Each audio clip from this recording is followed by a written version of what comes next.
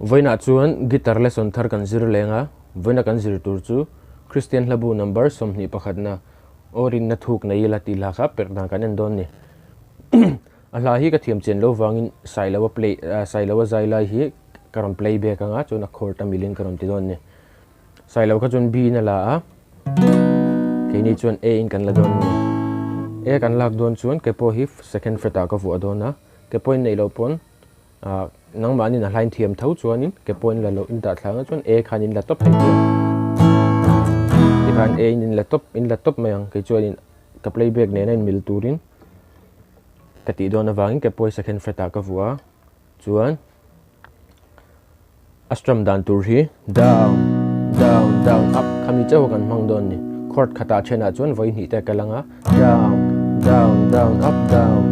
down down up khami kan mang don ni chuanin a in kan la dona masabira chuan a kan manga asanga d aniama e chuan minor hi d minor kan manga f sharp minor b minor c sharp minor b flat chuan a tobera f sharp kan mang bokang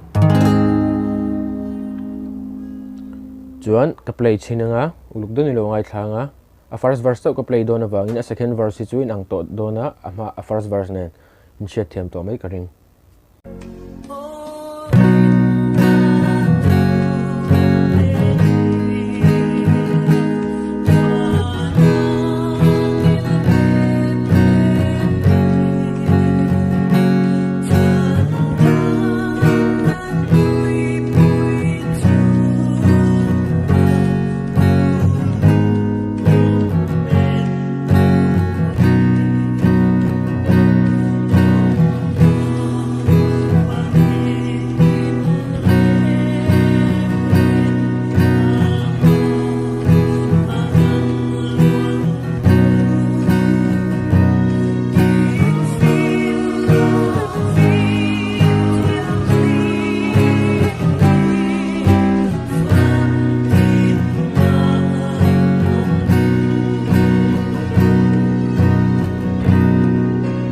chuan tikhan a first verse kan perang che khan second verse po kha kal lenga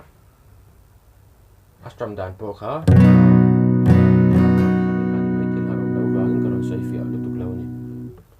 ole khati jong kha tun tuma guitar lesson kan zir thei chini sela eka video chai tia hlawpui na chete tali lo ni ve ni chuan hong itakin mi lo like in mi lo subscribe ve don ni chuan in guitar lesson request te po kha diesel kan tumanga chuan in lo request zel don ni guitar lesson le ka kan in hula cheu don ni